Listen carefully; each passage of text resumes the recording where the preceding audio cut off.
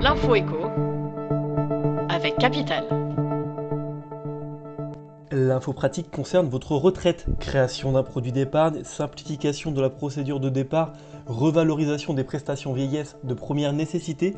En 2020, plusieurs mesures sont venues simplifier le sort des assurés sociaux, actifs ou retraités, à commencer par la demande de retraite qui peut désormais s'effectuer en ligne.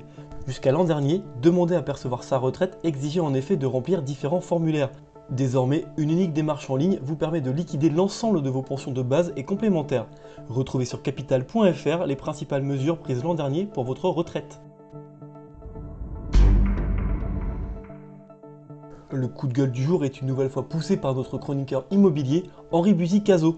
Selon lui, une large part du parc locatif aura du mal à se conformer aux nouvelles exigences de la transition énergétique. Et pour cause, l'essentiel de celui-ci est autogéré par les propriétaires qui voient petit à petit les contraintes s'accumuler.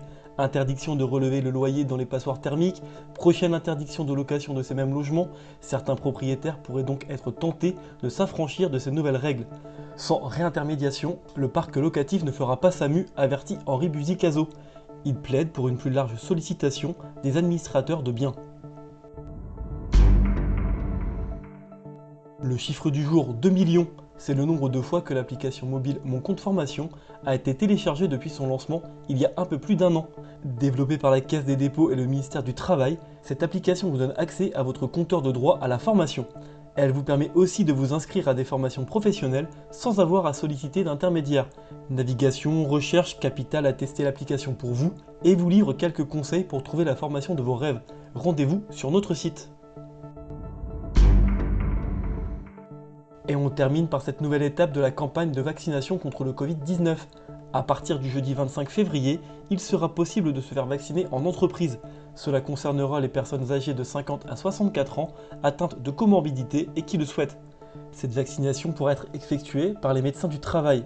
Cet acte se fera dans le strict respect des règles déontologiques liées au consentement des personnes, au secret médical et à la confidentialité des vaccinations vis-à-vis de l'employeur, précise le secrétariat d'État chargé des retraites et de la santé au travail.